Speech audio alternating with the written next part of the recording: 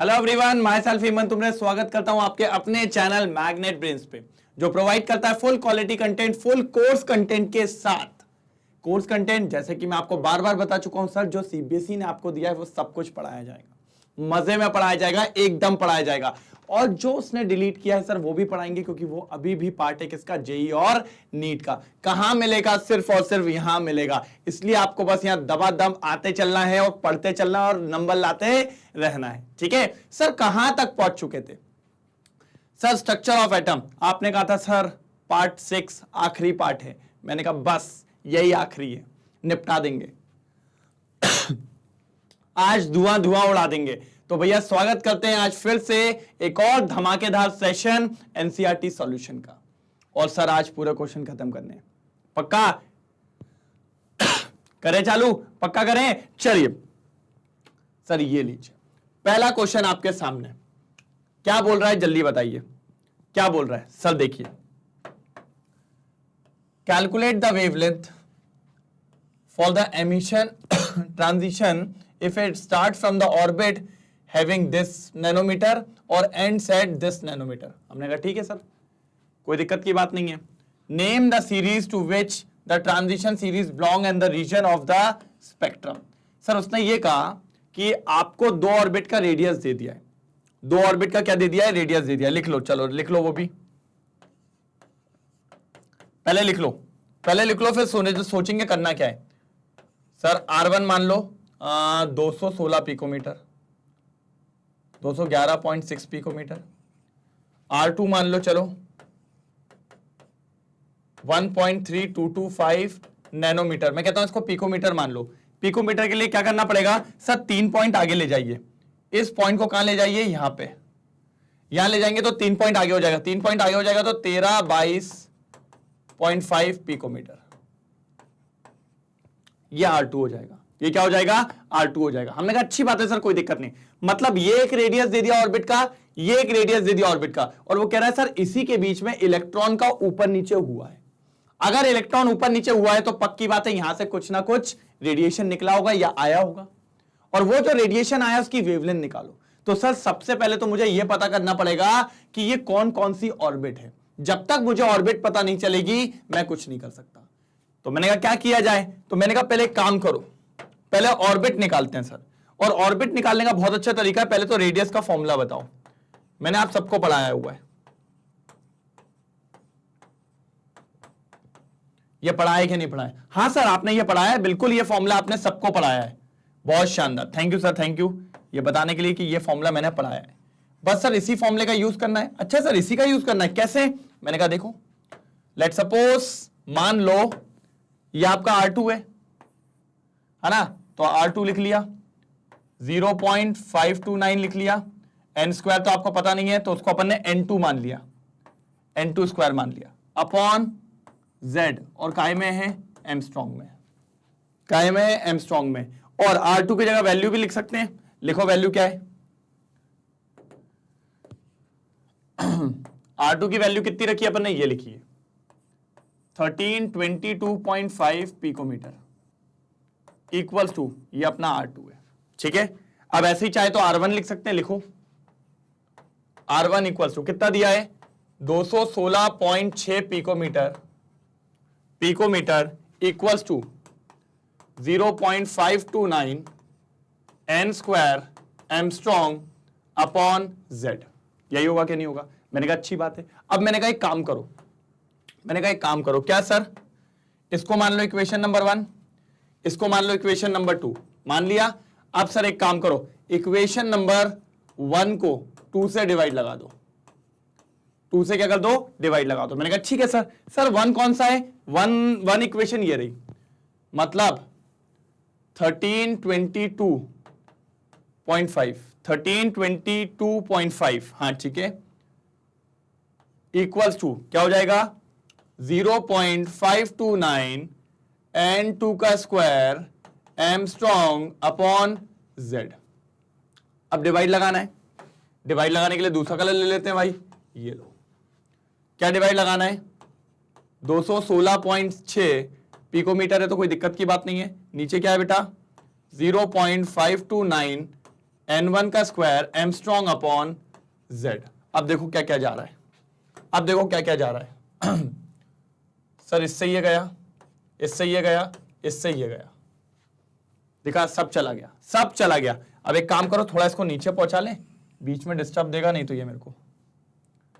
चल बेटा एकदम इधर चल, ठीक है। अब देखो क्या क्या बचा है, और अगर आप देखो, अगर इसको इससे डिवाइड लगाओगे तो ये भी आएगा 6.25 लगभग।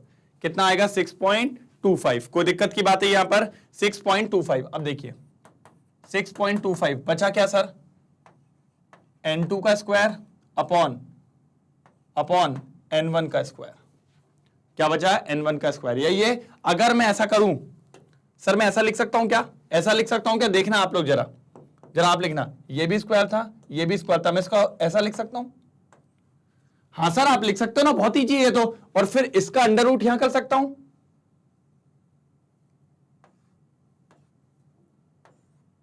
ऐसा कर सकता हूं। तो फिर N2 अपॉन N1 कितना हो जाएगा?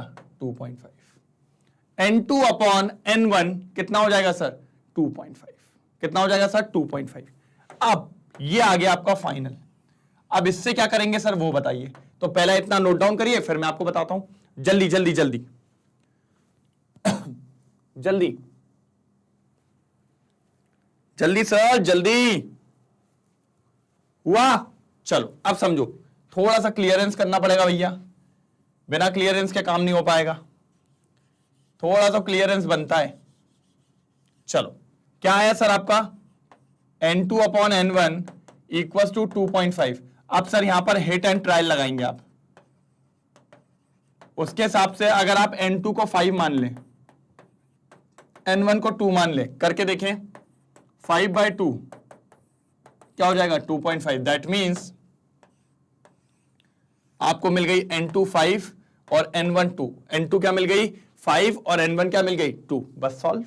क्या दिक्कत की बात थी? अब क्या निकालना है? वेवलेंथ निकालना है सर। इसका फॉर्मूला भी हमारे पास है, इसका फॉर्मूला भी हमारे पास है, ये तो आपने लिख ही लिया था।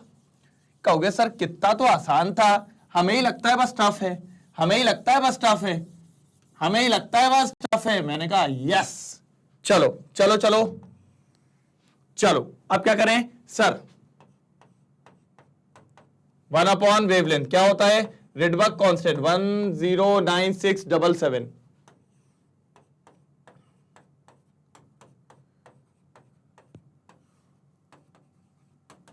यही होता है। चलो आगे बढ़ेंगे sir. 1 upon lambda equal to 109677। अब देखो 1 अपॉन N1 क्या है सर? N1 कितना है? 2 का स्क्वायर माइनस 1 अपॉन 5 का स्क्वायर। ठीक है, अब समझना, मैं यहीं सॉल्व करूंगा। 2 का स्क्वायर कितना होता है सर? सर 2 का स्क्वायर 4 होता है। 5 का स्क्वायर कितना होता है? 25 होता है। चलो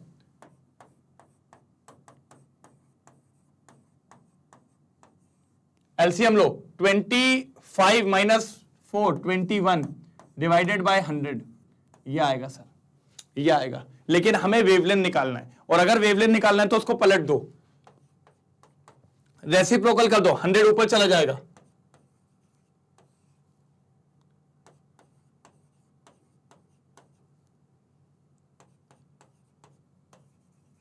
चलो ये आपका आंसर रहेगा, ये आपका आंसर रहेगा। और जब आप इसको सॉल्व करेंगे तो आपको मिलने वाला है 434 नैनोमीटर। क्या मिलने वाला है सर? 434 नैनोमीटर। कोई दिक्कत? कोई दिक्कत? जल्दी जल्दी। और क्या वो जो मैंने कल होमवर्क में क्वेश्चन दिया था वो हो गया था सबसे? मैंने 1-2 लोग का कमेंट देखा था, भैया मेरे को चाहिए वो आंसर। मैं नहीं जानता वो क्वेश्चन का आंसर मेरे को वहां चाहिए है। अब आप लोग कैसे करो मैं नहीं जानता। ठीक है, तो ये क्वेश्चन हुआ समाप्त। चलिए फटाफट करेंगे, जरा अगले की तरफ बढ़ेंगे, आगे की तरफ बढ़िए जल्दी। पहले देख लीजिए, ये बात बहुत क्लियर था, n/2 इक्वल टू 5 और n1 इक्वल टू 2। बहुत सिंपल सी चीज थी, फटाफट नोट डाउन करेंगे जल्दी, फिर आगे बढ़ते हैं अगले क्वेश्चन की तरफ। बढ़े? चलो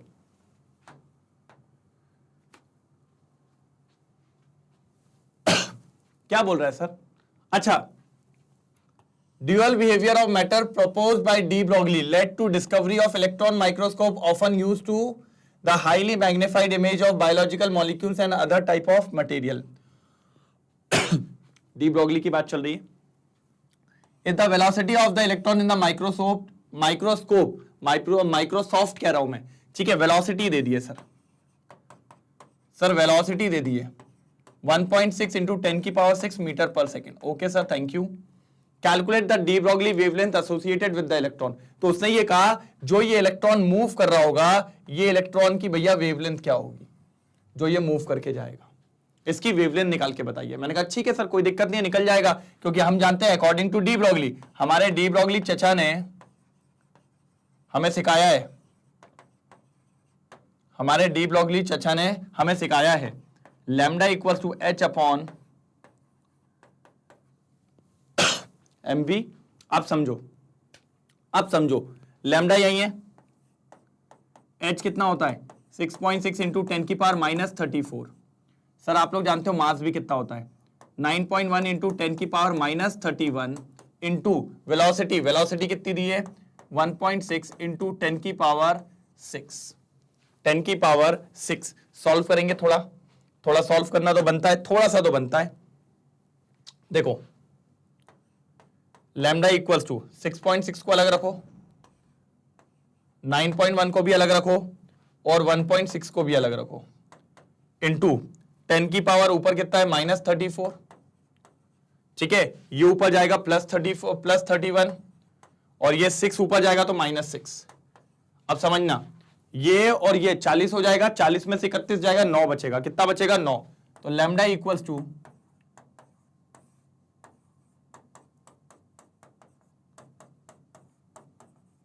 -9. कितना हो जाएगा बेटा -9. और अब समझो, जब आप इसको सॉल्व करेंगे, क्या करेंगे, इसको सॉल्व करेंगे तो ये आपको मिलेगा सर 0.455. ठीक है, 10 की पावर -9 को क्या लिख सकते हैं नैनोमीटर. और अगर पॉइंट में से हटाना है तो 3 पॉइंट आगे ले जाइए तो ये हो जाएगा 455. हाँ बेकार लिखा गया, ऐसा लिखेंगे. अब इसको आगे बढ़ाना हो नैनोमीटर से पिकोमीटर तो 3 पॉइंट कहां ले जाइए, आगे ले जाइए तो ये हो जाएगा 455 पिकोमीटर. 455 पिकोमीटर. कितना इजीली आ गया ये फाइनल आंसर है. और कुछ बुक्स में ये भी लिखा होगा नैनोमीटर में नीचे वाला है, पिकोमीटर में ऊपर वाला है. कितना आसान क्वेश्चन था ये बताइए. वेवलेंथ निकालना था, डी ब्रोगली लगाया, खेल खत्म. डी ब्रोगली बहुत आसान है सर, डी ब्रोगली बहुत शानदार काम है. जल्दी नोट डाउन करेंगे, अगले क्वेश्चन की तरफ दौड़ लगाएंगे अपन. सर 57 हो गए, 10 और बाकी है. 10 आर रिमेनिंग. चलो क्या बोल रहा है देखो. Similarly to the electron diffraction, neutron diffraction microscope is also used.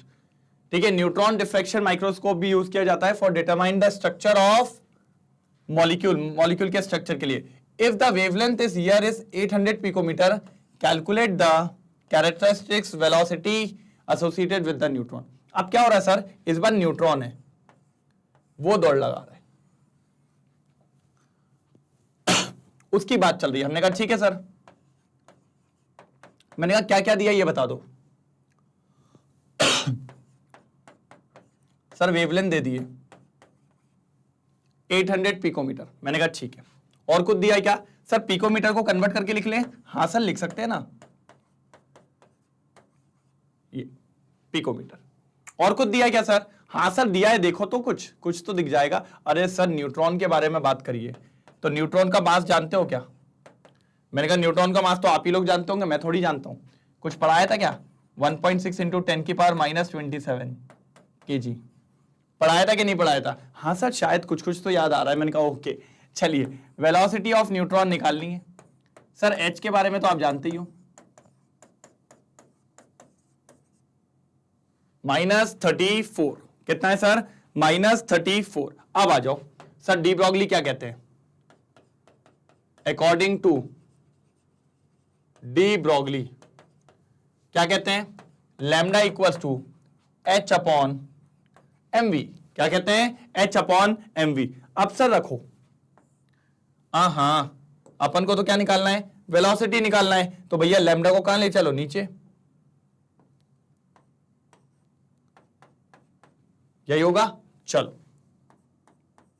h क्या है, मास कितना है,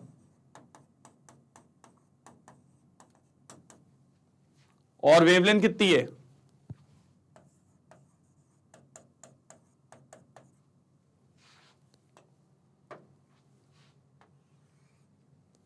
चलो सॉल्व करने की बात आएगी, थोड़ी सॉल्व तो करना पड़ेगा, थोड़ा सा मैं करवाऊंगा, बाकी फिर आप करेंगे, पूरा नहीं करवाऊंगा यार भाई। और कितना है 9.1, और कितना है नीचे 800। चलो अब 10 की पावर में खेलेंगे। सर क्या लिख दिया मैंने गलती कर दी, मैंने कुछ भी मास लिख दिया, मास तो ये लिखना है, सॉरी मिस्टेक है, मास थोड़ा सा करेक्ट कर लीजिएगा, मास ऑफ न्यूट्रॉन रखना है, मास ऑफ न्यूट्रॉन रखना है, कितना है 1.6। ओके अब देखिए -34 ऊपर है, ये माइनस ऊपर जाके प्लस, +27, +27 के पास ये ऊपर जाके +12, +12। अब समझो सर 27 और 12, 27, 28, 29, 39 में से 34 गया सर 5 बचेगा, सर 5 बचेगा।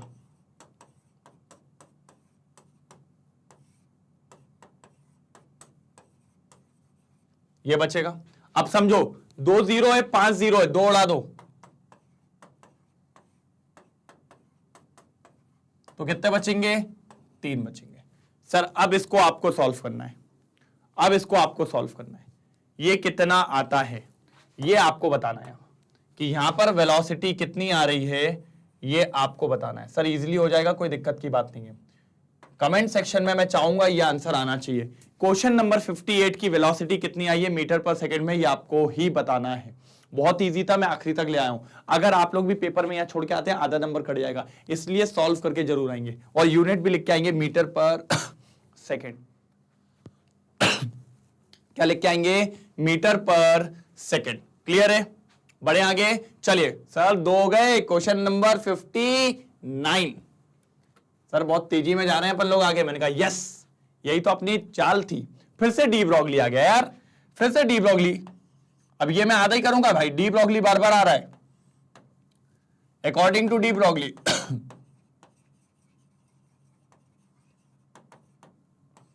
क्या होता है ना। चलो क्या दिया है सर, वेलोसिटी दे दी है,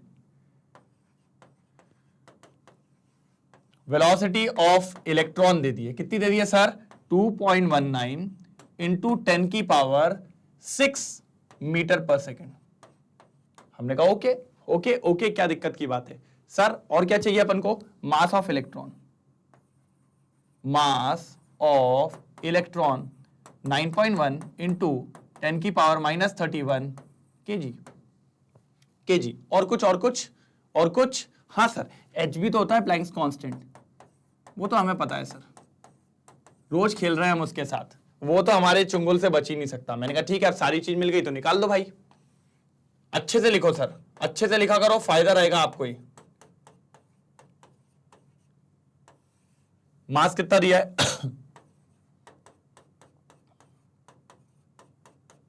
मास, और क्या निकालना है, वेलोसिटी भी दी हुई है। कितनी दी है, 2.19 इंटू 10 की पावर 6, 2.19 इंटू 10 की पावर 6। अब आ जाओ,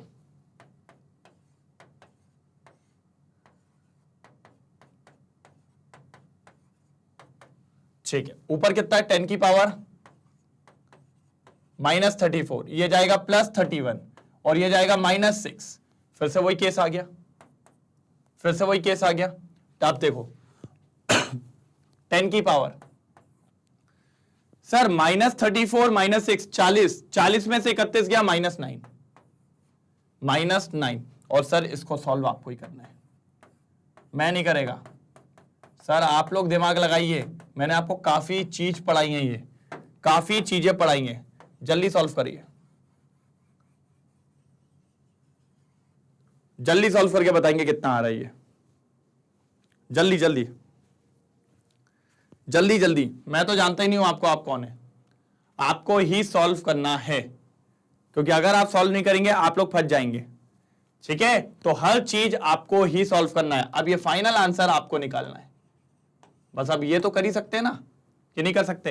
ये ऑलरेडी नैनोमीटर में दिख रहा है, लेकिन ये 1 से छोटा आएगा तो पिकोमीटर में ले आना, बढ़िया तरीके से आंसर आ जाएगा, ठीक है। कितना आंसर आ जाएगा? बढ़िया तरीके से आंसर आएगा। लगभग ये आंसर आपको मिलेगा 332 पिकोमीटर के आसपास, 332 पिकोमीटर के आसपास। लेकिन आप लोग ट्राई करिएगा भैया और निकालिएगा। जब आप निकाल लेंगे तो बढ़िया मजा आ जाएगा। आपको भी तो लगे कि हम लोग कुछ कर रहे हैं, बस आ जाते हो, हाँ, लिख लो लिख लो, पिटाई पड़ेगी जम के, सॉल्व करो, कहीं देर ना हो जाए। फिर बेटा पेपर में देखोगे इधर उधर एक दूसरे का मुंह, वो अच्छा नहीं लगेगा। चलो स्क्रीनशॉट लो जल्दी। सर 60 पे आ गए, सर 60 पे आ गए। लो फिर से डी ब्रॉगली, ए भगवान, डी ब्रॉगली तो मेरा साथ ही नहीं छोड़ रहा, देख लो। The velocity associated with a proton moving in a potential difference of 100 volt is this। ठीक है, ये किसकी दे दी है सर? किसकी दे दी है? वेलोसिटी दे दी है। किसकी वेलोसिटी दे दी है? प्रोटॉन की। फिर क्या बोला उनने? उन्हें बोला इफ द हॉकी बॉल का मास दे दिया है, हॉकी बॉल का मास दे दिया है 0.1 kg, इस मूविंग विद दिस वेलोसिटी। वो कह रहा है वो जो हॉकी बॉल थी वो इसी वेलोसिटी से दौड़ लगा रही है। वैसे तो पॉसिबल नहीं है क्योंकि ये वेलोसिटी बहुत ज्यादा है, लेकिन मान लो हमें क्या जा रहा है, हॉकी बॉल की वेलोसिटी दे दी है। हमारा क्या जा रहा है? अपना काम बनता, बाढ़ में जाए प्रोटॉन। ठीक है, कितनी दे दी है? 4.37 इंटू 10 की पावर 5 मीटर पर सेकेंड। अब क्या कहा इसने? अब इसने कहा है तो सर इसकी वेलोसिटी निकाल दो। किसकी वेलोसिटी चाहिए? सॉरी वेवलेंथ चाहिए सर, हॉकी बॉल की वेवलेंथ चाहिए। और अब सर आएगी भी उसकी, आएगी भी हॉकी बॉल की वेवलेंथ। क्यों नहीं आएगी? क्योंकि रीजन है सर। क्यों आएगी हॉकी बॉल की वेवलेंथ? आप समझो, क्योंकि सर इस बार अब वेलोसिटी बहुत ज्यादा है, तो थोड़ी बहुत तो वेवलेंथ आपको समझ में आने वाली है। चलिए सर निकाल देंगे, डरते तो बिल्कुल नहीं है। डी ब्रॉगली ने क्या पढ़ाया था? डी ब्रॉगली ने पढ़ाया था lambda equals to H upon mv।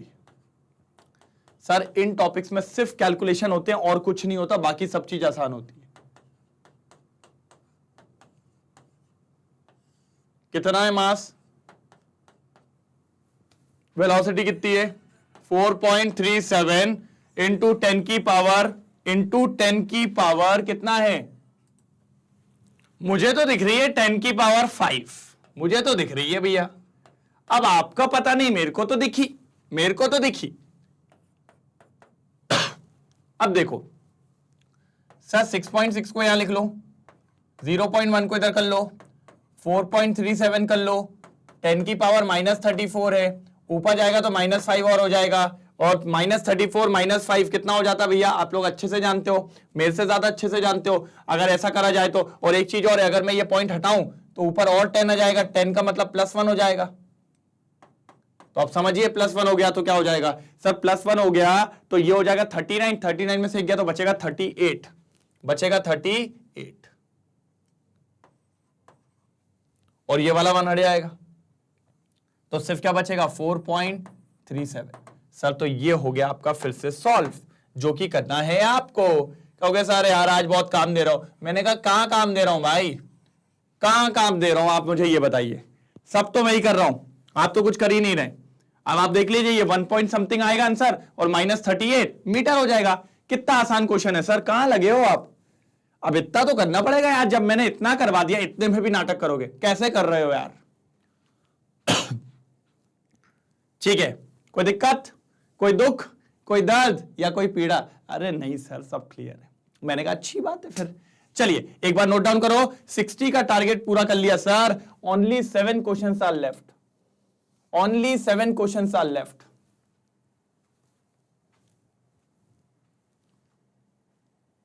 Only 7 questions are left. चलो ये क्या बोल रहा है? क्या बोल रहा है सर? चलो समझते हैं, इसको भी पकड़ के नपटाते हैं। If the position of the electron is measured with an accuracy of 0.002 nanometre. Sir ये समझ गया मैं, अनसर्टेनिटी वाला क्वेश्चन है जिसमें पोजीशन की दे दिए, इसी को कहते थे अनसर्टेनिटी इन पोजीशन। कितनी दे दिए? 0.002 नैनोमीटर। हमने कहा अच्छी बात है। Calculate the uncertainty in the momentum of electron. आपको अनसर्टेनिटी इन मोमेंटम निकालना है, ठीक है? ओके, और फिर क्या लिखा है? Suppose the momentum of the electron is h/4π into this, is there any problem in defining this value? ठीक है सर, ठीक है, देखते हैं देखते हैं। पहले ये निकालेंगे सर। तो इधर पे कौन आने वाला है सर? इधर आएगा हाइजेनबर्ग। हाइजेनबर्ग प्रिंसिपल क्या बोलता था सर? Uncertainty in position into uncertainty in momentum. Sir ji किसी भी हाल में h/4π से ज्यादा नहीं हो सकता। एरर सॉरी कम नहीं हो सकता, इतना होगा या इतने से ज्यादा होगा। मैंने क्या कहा था? इसने बोल दिया तो भैया भगवान भी नहीं निकाल सकता। निकालने को तो भगवान बहुत कुछ निकाल सकता, तेज हो रहे थे ये साइंटिस्ट भी। हमने कहा ठीक है कोई दिक्कत नहीं, आगे बढ़ते हैं। क्या निकालना है सर अपन को? अपन को निकालना है मोमेंटम। तो मोमेंटम को अलग कर लो, h/4π del x। चलो h कितना है?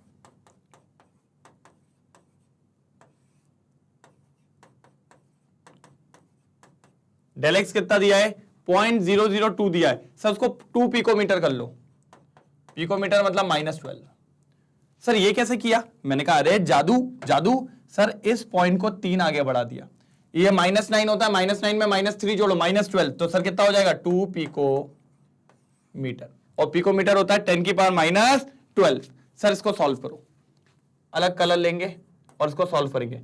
जब आप इसको सॉल्व करोगे तो ये आपको मिलेगा 2.638 इंटू 10 की पावर -23। सर ये मोमेंटम में अनसर्टेनिटी है किसके लिए? इलेक्ट्रॉन के लिए।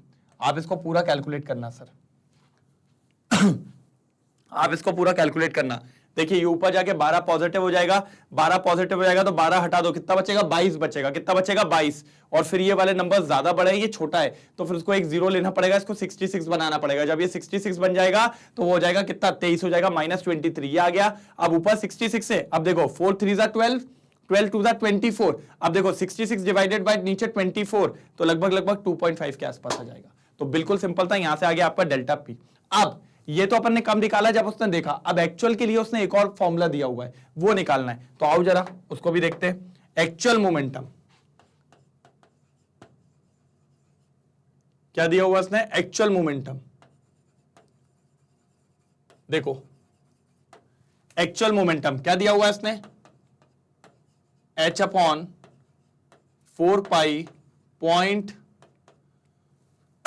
.05। हाँ ज्यादा लिखा गया।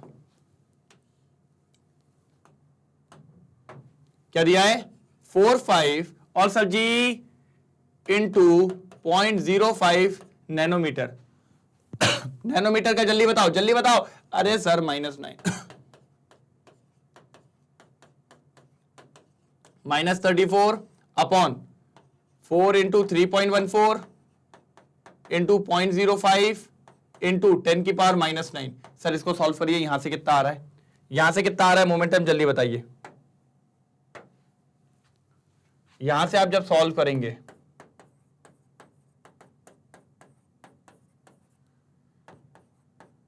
यहां से डेल्टा पी ये मिलेगा।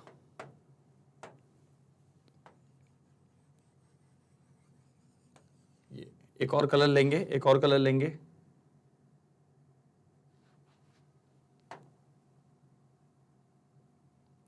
ये लेंगे। अब देखिए सर एक्चुअल मोमेंटम जो आ रहा है अनसर्टेनिटी का, वो कैसा आ रहा है सर? छोटा आ रहा है। और इसका अगर देखा जाए तो कैसा आ रहा है भैया? बड़ा आ रहा है। कैसा आ रहा है? बड़ा आ रहा है, मतलब ज्यादा एरर आ रहा है। उसमें एरर आपका कम आ रहा है, इसमें एरर आपका ज्यादा आ रहा है बात समझ पा रहे हैं? इसीलिए सर आप इलेक्ट्रॉन की पोजीशंस को या मोमेंटम्स को निकालने में बड़े दिक्कत में आ जाते हैं। पॉसिबल नहीं है, बहुत छोटा है, चांस ही नहीं है कि आप एक्यूरेसी के साथ उसका मोमेंटम वगैरह निकाल पाओ। ये चीज दिक्कतें आती हैं। ठीक है, चलिए फटाफट नोट डाउन करेंगे, अगले क्वेश्चन की तरफ चलते हैं, जल्दी जल्दी। चलिए सर, हुआ क्या नहीं? अरे बिल्कुल हो गया सर। चलिए तो अगले क्वेश्चन की तरफ चलते हैं सर। देखते जरा, आज तो खत्म करने की बात हुई थी। ये क्या आ गया सर? इतना खतरनाक क्वेश्चन, मेरे को तो डर लग रही है कैसे होगा, कैसे होगा। चलो करके देख लेते हैं। Sir the following quantum number of 6 electron are given below. ठीक है, arrange them in the order of increasing energy if these are combinations has the same energy list. Sir पहले तो बताओ ये की कौन कौन सी सबशेल है, वो बताना पड़ेगा। सर बता देंगे, हम जानते हैं बहुत तगड़े तरीके से। कुछ चीजें लिख रहा हूं पहले मैं। सर एल,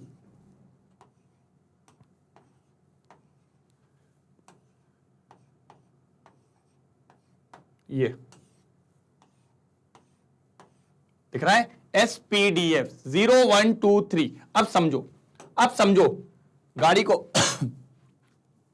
N कितना है 4, L कितना है 2, 2 में क्या होगा D होगा सर, मतलब ऊपर वाली 4D है। ठीक है, इधर आओ, इधर कितना है सर जी 3, और इधर पे फिर से 2 2 बोले तो D। सर ऐसा निकाल दो सबका, इसका बताओ 4, L कितना है 1, मतलब ये हो जाएगी 4P। 3 और L कितना है 3D। फिर ये कितना है 3 और L कितना है 1, 3P। फिर लास्ट क्या है सर 4, L कितना है 1, 4P। चलिए कोई दिक्कत तो नहीं, कोई दिक्कत तो नहीं। सर एक चीज देख लीजिएगा 3 और 6 वाले सेम है ऑलमोस्ट, हाँ सेम है, सेम है। सर अब मिल गई सबकी एनर्जी, अब सबको जमा दो इंक्रीजिंग एनर्जी में। किसमें? इंक्रीजिंग ऑर्डर में। पहले एनर्जी निकालने का भी एक फॉर्मूला है, हैं? कौन सा फॉर्मूला सर? अरे बताया था, भूल गए क्या? हाँ सर, अव्वाओं ने कुछ दिया तो था, आपने हमें सिखाया था, अव्वाओं ने कुछ तो दिया था, N+L। क्या दिया था सर? N+L। हाँ सर, इससे एनर्जी निकलती थी। मैंने कहा जी बिल्कुल, जी बिल्कुल। क्या निकलती है इससे? Energy N+L। चलो भाई, चलो चलो चलो। इसका N कितना है सर? 4, 4 + 2 कितनी एनर्जी आ गई? 6। इधर आओ, 3 और 2, 3 + 2 5 एनर्जी। इसकी बताओ 4 + L कितना है 1, सर 5 एनर्जी। 3 + 2 सर जी 5 एनर्जी। Last 3 + 1 4 energy. लास्ट वाली 4 + 1 5 एनर्जी। बस मुझे ये चीज देख लो, करेक्ट देखो कहीं गलती तो नहीं हो गई। 3 + 2 5, 4 + 1 5, 3 + 2 5, 3 + 1 4 और 4 + 1 5। सर अब आपको दिख रहा होगा कई सारी। पहले तो एक बात बताओ, किसमें जमाना है? इंक्रीजिंग ऑर्डर में जमाना है ना। सर सबसे आगे तो एक व्यक्ति आ जाएगा, कौन आ जाएगा सर? सबसे आगे तो आ जाएगा 6 वाला। देखिए इसकी एनर्जी मैक्सिमम है, इसकी एनर्जी मैक्सिमम है। क्या है सर? 4D। वो तो मैक्सिमम है, ठीक है। और 4D नहीं लिखेंगे अपन, लिखेंगे 1 वाला, फर्स्ट इलेक्ट्रॉन, फर्स्ट इलेक्ट्रॉन लिखेंगे, ठीक है, फर्स्ट इलेक्ट्रॉन लिखेंगे, ठीक है। लेकिन 4D भी लिखेंगे तो समझ जाओगे ना आप लोग। मैंने 4D लिख दिया मतलब वो फर्स्ट इलेक्ट्रॉन लिखा है, समझ जाओगे ना? हाँ ठीक है। अब क्या है सर? सर अब 5 वाले देखो 4 लोगे, लो 5 वाले तो 4 लोगे। अब क्या करोगे सर? अब तो फंस गए आप। नहीं फंसा मैं फंसता ही नहीं हूं। जब भी कभी 5 हो जाए, अगर एनर्जी सेम है, अगर एनर्जी सेम है तो सर उसका N देखो, जिसका N बड़ा होगा वो बड़ी हो जाएगी। तो सर देखो 5 वाली ये 4 है ना, इनमें N देखो किसका बड़ा है सर? 4, सर 4, और ये दोनों तो सेम ही है, तो सर क्या आ जाएगा? 4P आ जाएगा। सर 4P 2 बार है, 4P 2 बार है, ठीक है। और 4P तो बराबर ही होता है, और बराबर होता है तो अपन इसके लिए कौन सा साइन यूज कर सकते हैं? =2 का, क्योंकि दोनों बराबर ही है ना, एक ही है ऑर्बिटल है, तो कोई दिक्कत नहीं, एक ही शेप है, कोई दिक्कत नहीं, एक ही सबशेल है, ठीक है। अब क्या बचा सर? कितने निपट गए? ये हो गया, ये हो गया, ये हो गया। वापिस ले लो अपना पेन। हाँ अब क्या बचा सर कौन कौन निपटा दिए, इसको निपटा दिया, इसको निपटा दिया, इसको। अब इन दोनों में बताओ सर, ये दोनों भी तो सेम है, 3D वाले, 3D वाले भी सेम है। सर एक बार चेक कर लो कहीं गलती ना हो जाए, SPD SPD, ठीक है, 3D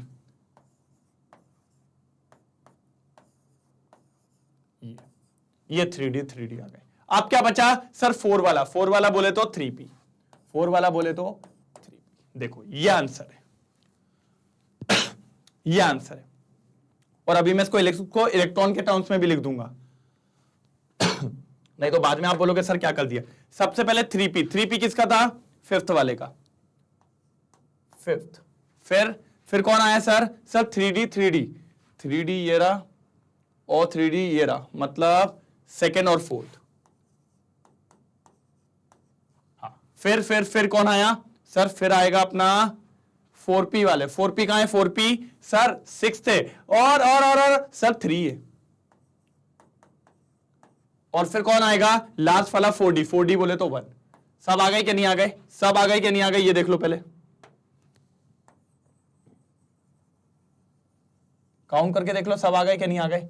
1 2 3 4 5 6, ठीक है, ठीक है। तो सर ये था अरेंजमेंट। अब इसमें 2-3 चीजें पूछ ली कि कैसे अपन इसको सबशेल में कन्वर्ट कर सकते हैं, सबशेल के बाद इसकी एनर्जी कैसे निकालते हैं, अबाउ रूल, और उसके बाद अगर कुछ लोग की एनर्जी सेम हो जाए तो किस पे डिपेंड करता है, एन पे डिपेंड करता है। एन बोले तो प्रिंसिपल क्वांटम नंबर,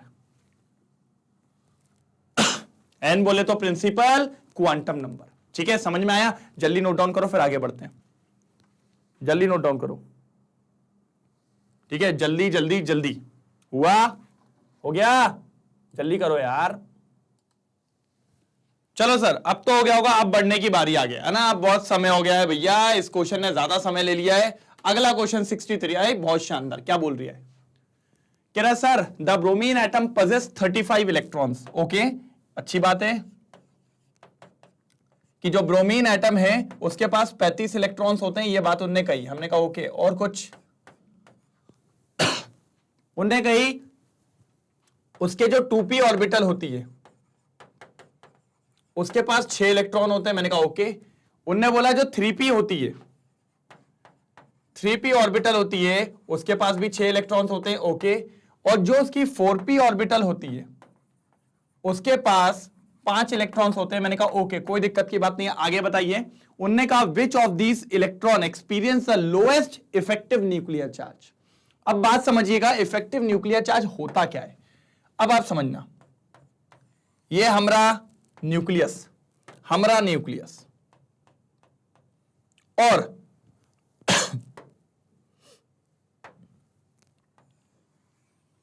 पहला शेल, दूसरा शेल, तीसरा शेल और चौथा तो बनेगा नहीं, तो इसलिए इसको छोटा करना पड़ेगा। पहला शेल, दूसरा शेल,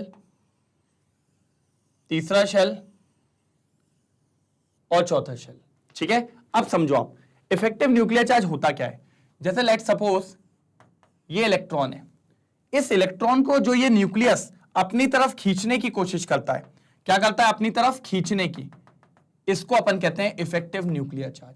अपनी तरफ पुल करने की कोशिश करता है, इसको अपन क्या कहते हैं, इफेक्टिव न्यूक्लियर चार्ज। अभी इतना ही समझो, थोड़ा सा और इसमें गहराई है, थोड़ा इसमें और रहस्य है, लेकिन वो कल से चालू होगा जब नया चैप्टर आएगा पीरियोडिक क्लासिफिकेशन, उसमें पढ़ेंगे इफेक्टिव न्यूक्लियर चार्ज बढ़िया मजे तरीके से। लेकिन अभी आप समझिए, अभी आप मुद्दे पे आइए। ये इसको अपनी तरफ खींच रहा है, इसी को कहते हैं न्यूक्लियर चार्ज। और उनने बोला इन तीनों में से सबसे कम न्यूक्लियर चार्ज किसका होगा, मतलब सबसे कम किसको खींचेगा। तो सर मैंने कहा कॉमन सेंस लगाओ, मैंने कहा क्या लगाओ, कॉमन सेंस। क्यों कॉमन सेंस क्यों लगाना है सर, सर कॉमन सेंस क्यों लगाना है। मैंने कहा देखो बताता हूं क्यों लगाना है कॉमन सेंस। पहले इसको हटाते हैं,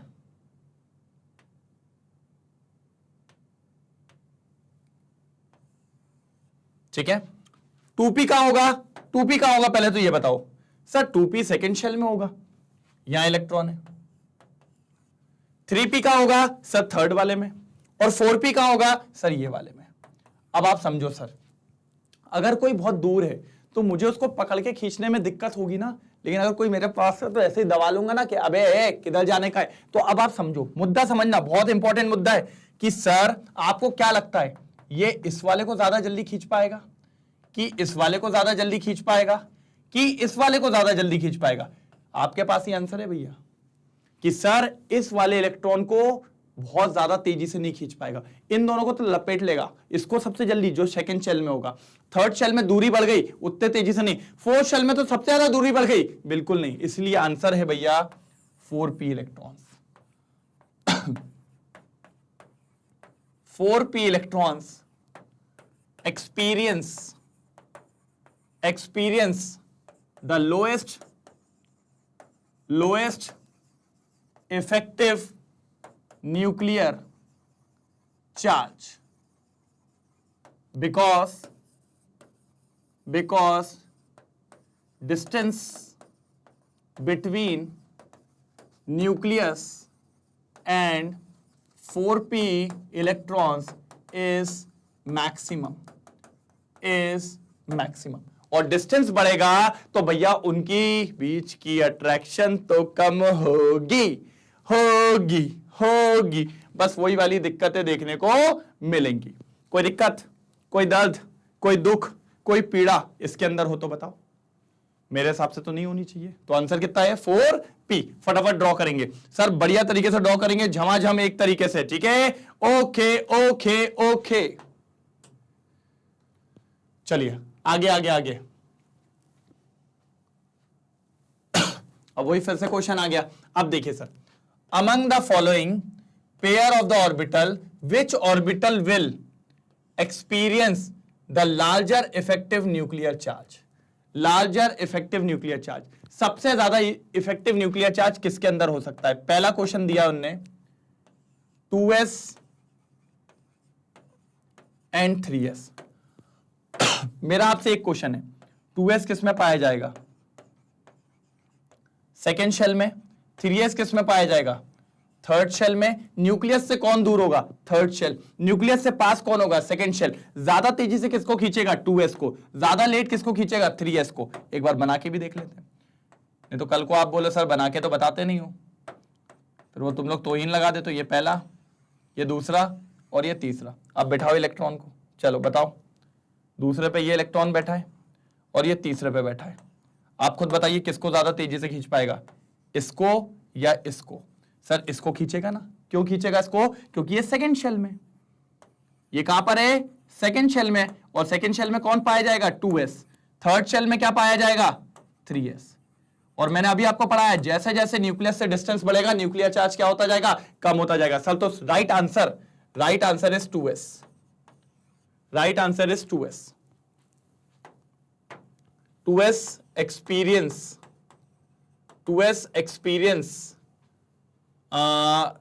experience more effective हाँ क्या लिख रहा हूं यार? 2s experience more effective nuclear charge। लिखते नहीं बन रहा है। कल की खुशी हो गई, ज्यादा जल्दी तगड़े में जीत गई इंडिया। चलिए ओके, बढ़िया, मजा आ गया था लेकिन मैच में एक नंबर। विराट कोहली धागा खोल दिया रोहित शर्मा उसके साथ, केएल राहुल के साथ। चलिए अगला देखते हैं सर। अगला देखते हैं, आ जाइए, हटाएं। ठीक है, चलिए फटाफट इसको नोट डाउन करिए। अगला देखेंगे, अगला और खतरनाक है, मजा आने वाला है। चलिए सर, मजा आया। चलिए अगला सेकंड क्या दिया है? लो सर, वो भी हमसे गेम खेल गया। कहता अब बताओ सर, अब बताओ। अब तो आप भी फंस गए। मैंने कहा भाई अपन नहीं फंसते सर, अब तो फंस गए क्योंकि दोनों के दोनों फोर्थ शेल में। अब क्या करोगे? मैंने कहा पहले एक बात बताओ, कॉमन सेंस लगाना, कॉमन सेंस में आप जीत जाओगे। सबसे पहले इलेक्ट्रॉन किस में जाता है? 4s में जाता है क्या नहीं जाता है? हाँ सर जाता है। फिर काय में जाता होगा? 4p में। फिर काय में जाता होगा? 4d में। और फिर काय में जाता होगा? 4f में। अब एक बात बताओ, जो सबसे पास बैठेगा उसी को पहले खाना परोसा जाएगा ना। तो भैया पास कौन होगा? 4s। फिर उससे दूर कौन होगा? 4p, तभी इसको बाद में खाना मिल रहा है। फिर 4d उससे और बाद में होगा, तभी उसको बाद में खाना मिल रहा है। और 4f उससे भी बाद में होगा, तभी तो उसको खाना मिल रहा है। मतलब अगर मैं न्यूक्लियस को इधर इमेजिन कर लूं, ये मेरा न्यूक्लियस है, ठीक है, और ये मेरा पूरा का पूरा फोर्थ शेल है यहां तक। तो फोर्थ शेल के अंदर सबसे पहले कौन पाया जा रहा है सर? 4s, फिर 4p, फिर 4d और फिर 4f। आपको क्या पूछा है? 4d और 4f।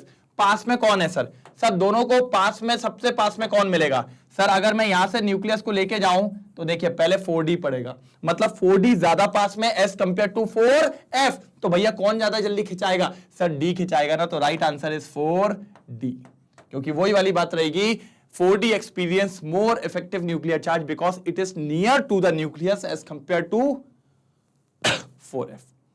ठीक है, तो मेंशन करेंगे।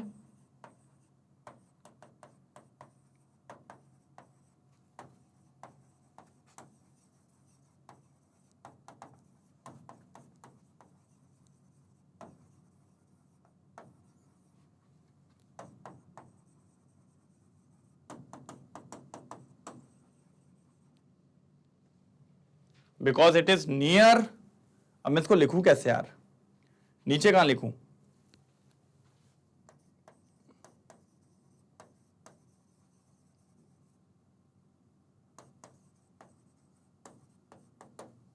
ठीक है, दिख रहा होगा, दिख रहा होगा। 4d experience more effective nuclear charge because it is near to the nucleus than 4f। Clear है सर? अब थर्ड की बारी, अब थर्ड की बारी। सर ये तो पूरा ऊपर नीचे हो गया सर, आपने क्या ही कर दिया। मैंने कहा ठीक है ना, कोई दिक्कत की बात थोड़ी है, समझ जाओगे ना, एक एक समझ के ही आगे चल रहे होंगे ना, बीच में से थोड़ी देखोगे। बीच में से देखोगे तो दिक्कत आएगी, लेकिन बीच में से अपन देख ही नहीं रहे। सर फिर से वही क्वेश्चन को आ गया कोई क्वेश्चन, 3d एंड 3p। तो मैंने कहा यार फिर वही वाला, ये तो मेरे हिसाब से आप ही बता दोगे। सर ये होमवर्क आपको लिखना है कमेंट सेक्शन में, क्वेश्चन नंबर 64 में 3d का ज्यादा एक्सपीरियंस होगा न्यूक्लियर चार्ज या फिर 3p पे। जल्दी जल्दी जल्दी, कोई दिक्कत तो नहीं? मेरे हिसाब से तो बहुत इजी क्वेश्चन था, बहुत मजेदार क्वेश्चन था, समझ में पूरा आया होगा। ऊपर से तो नहीं गया ना? बस बस बस बस, मैं जानता हूं ना ऊपर से तो नहीं जाएगा। डोंट चू। ठीक है, चलिए चलिए चलिए, जल्दी जल्दी जल्दी जल्दी जल्दी जल्दी जल्दी। हुआ क्या नहीं हुआ भाई? हुआ क्या नहीं हुआ? होना चाहिए, होना चाहिए, क्योंकि मैं नहीं जानता। हो गया? चलो चलो चलो चलो, हटाऊं हटाऊं? चलिए क्वेश्चन नंबर 65। अब ये क्या कह रहा है? The unpaired electron in aluminum and silicon are present in 3p orbitals. Which electron will experience more effective nuclear charge from the nucleus? From the nucleus। फिर से वही क्वेश्चन दे दिया। इनने कहा कि सर एल्यूमिनियम के बारे में बात करें तो एल्यूमिनियम कितना होता है? 13 बोले तो 1s2, 2s2, 2p6, 3s2, 3p1। यही बोला, यही बोला। अच्छा, अब अगर मैं यही सिलिकॉन की बात करूं, 14, 1s2, 2s2, 2p6, 3s2, 3p2। उनने बोला इसमें ज्यादा एक्सपीरियंस होगा आपका न्यूक्लियर चार्ज कि इसमें होगा। सर इसका आंसर थोड़ा सा अपन के थर्ड चैप्टर से मिलता हुआ है। क्या मिलता हुआ है थर्ड चैप्टर से? अभी वैसे थर्ड चैप्टर कराया नहीं है, लेकिन फिर भी समझने की कोशिश करिएगा। ये अपना पीरियोडिक टेबल होता है। यहां पर अपना एल्यूमिनियम कहां मिलेगा आपको? एल्यूमिनियम, और यहां सिलिकॉन, यही मिलेगा, क्योंकि बोरॉन के नीचे एल्यूमिनियम आता है और कार्बन के नीचे क्या आता है? सिलिकॉन आता है। और सर ये सिंपल सी बात है जो अपन ने पढ़ी हुई है, कब? 10th में भी, कि जब आप पीरियोडिक टेबल में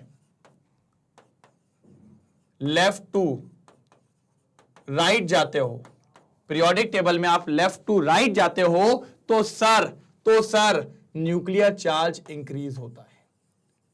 न्यूक्लियर चार्ज इंक्रीज होता है।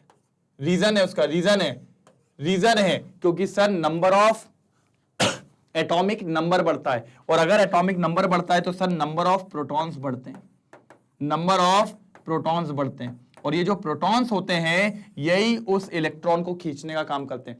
सर प्रोटॉन ही तो न्यूक्लियस के अंदर खींचता है, और अगर प्रोटॉन इंक्रीज हो गए तो भैया खींचने की क्षमता बढ़ जाएगी, खींचने की क्षमता बढ़ गई तो न्यूक्लियस की पावर बढ़ गई, और न्यूक्लियस की पावर बढ़ गई तो वो इलेक्ट्रॉन को खींच लेगा, इलेक्ट्रॉन को खींच लेगा तो भैया इफेक्टिव न्यूक्लियर चार्ज बढ़ गया। ओके, समझ में आया? समझ में आया कि नहीं आया? बस तो ये याद रखना है, लेफ्ट टू राइट जाने पे न्यूक्लियर चार्ज बढ़ता है। क्या होता है? बढ़ता है। जल्दी स्क्रीनशॉट लेंगे, इसका और प्रमाण मिलेगा अपन को चैप्टर नंबर 3 में, और मजेदार से होगा, कोई दिक्कत की बात नहीं है। टेंशन मत लो, बिल्कुल टेंशन मत लो, अपन समझ लेंगे, सबको देख लेंगे। आ जाओ सर, फाइनली लास्ट के 2 क्वेश्चंस। चलिए क्या बोल रहा है? Indicates the number of unpaired electron in phosphorus, silicon, chromium, iron and krypton. चलो चलो सर, सबसे पहले फास्फोरस। फास्फोरस कितना होता है सर? 15। आ जाओ, 1s2, 2s2, 2p6, 3s2, 3p3। एक बात हमेशा याद रखना, अनपेयर्ड इलेक्ट्रॉन आखिरी में ही मिलते हैं, क्योंकि सर यहां तो देखिए 2 है, एस में 2 ही आते हैं, पेयर हो गए होंगे। यहां भी 2, एस में 2 आते हैं, पेयर, ये भी पेयर, ये भी पेयर। सर बस बचा कहां पे? यहां पे। अब इसको ओपन करिए, ये पी में कितनी ऑर्बिटल होती है आप जानते हो? सर पी में 3 ऑर्बिटल होती है, आपने पढ़ाई थी ना, ठीक है। उसके पास कितने इलेक्ट्रॉन है? सर उसके पास 3 इलेक्ट्रॉन्स हैं, और हुंस ने कहा था पहले 1 भरना सबको, फिर 3 करना। तो देखिए कितने अनपेयर्ड मिल गए? 3 अनपेयर्ड। कितना आसान क्वेश्चन था भाई, 3 अनपेयर्ड इलेक्ट्रॉन। क्या इश्यू था? चलो आगे आओ। नेक्स्ट क्या दिया है? सिलिकॉन। मुझसे आगे करेंगे आप लोग भैया। सिलिकॉन का कितना होता है? 14 आता है क्या? हाँ सर 14 ही तो होता है। जल्दी जल्दी जल्दी, यही होता है। अब देखिए बाकी सब तो भरा है, आखिरी वाले को ही देखो। आ जाओ, चेक करो कितने हैं। सर 2 ही हैं, तो पहला इसमें, दूसरा इसमें। कितने हो गए? 2 हो गए। सर तो कितने अनपेयर्ड हैं? 2 अनपेयर्ड इलेक्ट्रॉन। कितने हैं सर? 2 unpaired electron. मैंने कहा ओके। तीसरा आ जाओ, सिलिकॉन के बाद क्रोमियम। क्रोमियम बोले तो सी, क्रोमियम बोले तो 24 Cr। ठीक है, इलेक्ट्रॉनिक कॉन्फ़िगरेशन पता है भैया, एक्सेप्शन था। सर क्या चिल्लाते रहते हो, कौन सा एक्सेप्शन? हमको तो पता भी नहीं होता है। चलो यही होगा, काउंट करो, 2, 4, 10, 12, 18, 20, 24। क्लियर है? चलो आगे बढ़े। चलो सर आवाज क्या हो गया? कुछ गलत लिख दिया क्या? क्या? अरे सर आपने पढ़ाया था, ये ऐसा नहीं होता, ऐसा होता है। मैंने कहा अच्छा ऐसा पढ़ाया था मैंने, ओके ठीक है, कोई दिक्कत की बात नहीं है। तो सर अब यहां देखना, यहां ध्यान से देखना, यहां तक भरे हैं, यहां तक आएगा ये पहला, और इसमें भी बनाने पड़ेंगे 5। ठीक है, अब देखो ये 1, सर कितने हो गए? काउंट करो, काउंट करो, काउंट करो ना, 1, 2, 3, 4, 5, 6। कितने अनपेयर्ड हो गए सर? 6 unpaired electrons. क्या हो गया? 6 अनपेयर्ड इलेक्ट्रॉन्स। आगे आइए, फिर कौन है सर? आयरन। आयरन कितना होता है? 26। 26 लिखेंगे, जल्दी लिखेंगे। 1s2, 2s2, 2p6, 3s2, 3p6, 4s2, 3d6। आखिरी में क्या है सर? सर आखिरी में क्या है? 3d6 है। करो, चलो ओपन करो। पहले सबको सिंगल आपने बोला था, फिर डबल करो। सर कितने दिख रहे हैं? सर काउंट करो, सर काउंट करो। सर 1, अरे यार ये डोम्स की पेंसिल से हो जाती है नटराज की। 1, 2, 3, 4। सर 4 अनपेयर्ड हो गए, 4 अनपेयर्ड इलेक्ट्रॉन हो गए। तो ये दिख रहा है, एक में 3, 2, 6 और 4। सर आखिरी बचा है। आखिरी कौन है सर? सर जी क्रिप्टॉन है। क्या है सर? क्रिप्टॉन है। क्या है सर? क्रिप्टॉन है। अब क्या करें सर? सर क्रिप्टॉन कितना होता है सर? सर जी क्रिप्टॉन 36 होता है। करो जरा, 1s2, 2s2, 2p6, 3s2, 3p6, 4s2, 3d10। देखो कितने हो गए? मेरे हिसाब से 30 हो गए। 2, 4, 10, 12, 18, 20, 30। फिर आता है 4p, 4p6 पूरे भर गए। और सर अगर आप ध्यान से देखो तो आखिरी वाले में ये 4p6 है सर, इसमें 6 इलेक्ट्रॉन है और p में मैक्सिमम कितने होते हैं 6, मतलब पूरे भरे हुए हैं। यहां भी देखिए पूरे भरे हैं, पूरे भरे हैं, पूरे भरे हैं, पूरे भरे हैं, पूरे भरे हैं, पूरे भरे हैं, पूरे भरे, मतलब इसके पास एक भी अनपेयर्ड इलेक्ट्रॉन नहीं है। एक भी अनपेयर्ड नहीं है तो सर इसके पास है 0 अनपेयर्ड इलेक्ट्रॉन, 0 अनपेयर्ड इलेक्ट्रॉन्स। ये लीजिए सर, पूरा हो गया आपके सामने, पूरा खत्म कर दिया मैंने। क्या दिक्कत की बात थी मेरे को ये समझाइए। हाँ, क्या इशू था? कितना तो इजी क्वेश्चन था, फालतू में लगे रहते हो सर टफ है टफ है टफ है। क्या टफ है मुझे समझा दो आज मुझे समझा दो क्या टफ है।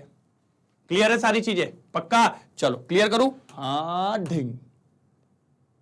चलो अगला क्वेश्चन सर, लास्ट क्वेश्चन अपना हो गया, इसके बाद सब कुछ समाप्त। चलिए, how many subshells are associated with n equals to 4। Sir वो कह रहा है शेल 4 है, सबशेल कितने होंगे? तो मैंने पढ़ाया था सर, मैंने पढ़ाया था 4 के अंदर क्या क्या होता है सर। 4 के अंदर 4s होगी, 4 के अंदर 4p होगी, 4 के अंदर 4d होगी और 4 के अंदर 4f होगा। मिल गए ना सर? 1 2 3 4, कितने सबशेल हैं सर? 4। और मैंने कहा भी था जो शेल की वैल्यू होती है उतने ही सबशेल होते हैं। अगर शेल n है तो भैया सबशेल हो जाएगी n। और मैंने कहा था अगर ऑर्बिटल है तो ऑर्बिटल हो जाती है n स्क्वायर। क्या हो जाती है? n square. क्या हो जाती है बेटा? n square. अगर इसमें ऑर्बिटल पूछता तो भैया ऑर्बिटल हो जाती 16। कितनी ऑर्बिटल हो जाती बेटा? 16 ऑर्बिटल्स। कितनी हो जाती? 16 ऑर्बिटल्स। कैसे? देखो s के अंदर कितनी ऑर्बिटल होती है? 1। इसके अंदर कितनी होती है? 3। 1 और 3 कितने हो गए? 4।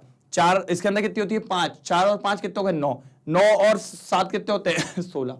अच्छा एक और चीज है, अगर उस शेल के अंदर अगर आप नंबर ऑफ इलेक्ट्रॉन्स पूछते तो उसका फॉर्मूला भी मैंने दिया था 2n स्क्वायर। मतलब यहां पर कोई नंबर ऑफ इलेक्ट्रॉन्स पूछे तो वो होता है 2n स्क्वायर। और शेल कितना था भैया? 4, तो n 4 है तो 2 इंटू 4 का स्क्वायर कितना हो जाएगा? 32 इलेक्ट्रॉन्स। और एक बात और समझो, 16 ऑर्बिटल थी, एक ऑर्बिटल में 2 इलेक्ट्रॉन होते हैं तो 16 दूनी 32। 16 दूनी 32। सर ये 4 फॉर्मूले याद रखिएगा, कभी नहीं भूलना। शेल, सबशेल, ऑर्बिटल और नंबर ऑफ इलेक्ट्रॉन्स, ये बहुत काम के फॉर्मूलेस हैं, ये बहुत ज्यादा काम के फॉर्मूलेस हैं। अगर इसको लगा डाला तो लाइफ झिंगा लाला, तो लाइफ झिंगा लाला, ये बहुत जरूरी है। ठीक है, तो फर्स्ट वाले में समझ में आ गया कितने सबशेल होंगे? 4। ऑर्बिटल पूछे तो 16 और इलेक्ट्रॉन पूछे तो 32। क्लियर है? अब अगला देखते हैं क्या बोल रहा है वो, अगला देखते हैं क्या बोलता है। ठीक है, चलो एक बार देख लो फटाफट जल्दी, फिर अगला वाला लास्ट है उसको निपटाते हैं। लास्ट क्वेश्चन भैया स्ट्रक्चर ऑफ एटम का, और स्ट्रक्चर ऑफ एटम होता है समाप्त। चलिए सर क्या बोला है अब देखते हैं। उसने बोला n इक्वल्स टू 4 दे दिया और ms की वैल्यू दे दी है सर -1/2। उसने बोला कि भैया n इक्वल्स टू 4 शेल में कितने इलेक्ट्रॉन होंगे जिनका क्वांटम नंबर ये होगा। तो पहले मैंने कहा पहले तो ये निकाल लो कि टोटल नंबर ऑफ इलेक्ट्रॉन्स कितने होंगे 4th शेल में। तो मैंने कहा उसका फॉर्मूला तो सीधा है 32, लेकिन मैंने कहा उसको ऐसे नहीं निकालूंगा मैं। 4 के अंदर कौन आएगा? 4s। फिर कौन आएगा बेटा? 4p। फिर कौन आएगा बेटा? 4d। और फिर कौन आएगा बेटा? 4f। यही आएगा। ठीक है, अब मैंने कहा 4s के अंदर कितनी ऑर्बिटल होती है? 1। p के अंदर कितनी होती है? 3।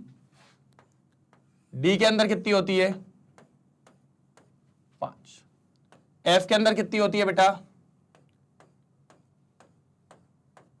7। यही होती है कि नहीं होती? अब सब में इलेक्ट्रॉन्स होते हैं कि नहीं होते हैं? चलो बनाओ, पहले ऊपर वाली स्पिन के बना देते हैं, मतलब क्लॉकवाइज प्लस हाफ के बना देते हैं।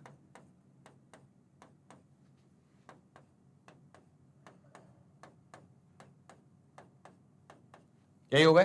अब अपन लोअर स्पिन के बना देते हैं।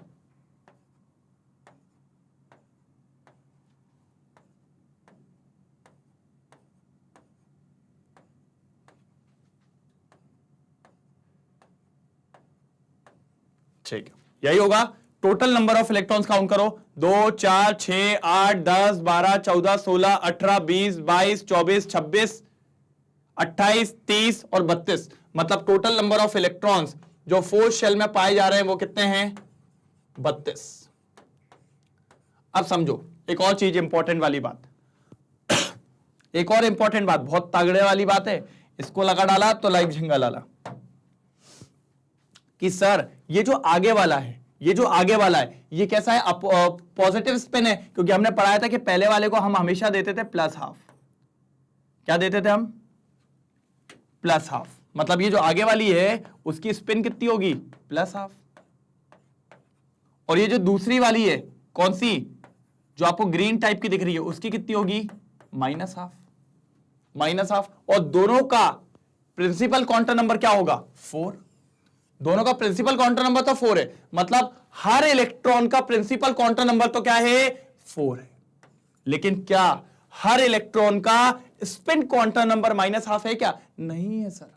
सर एक प्लस हाफ होगा, एक माइनस हाफ होगा। मतलब सर जितने भी मैंने यहां पर थोड़े ये येलो वाले बनाए उनका होगा प्लस हाफ, और जितने मैंने यहां पर ग्रीन वाले बनाए वो उनका क्या होगा? Minus half. मतलब ग्रीन वाले इज द आंसर।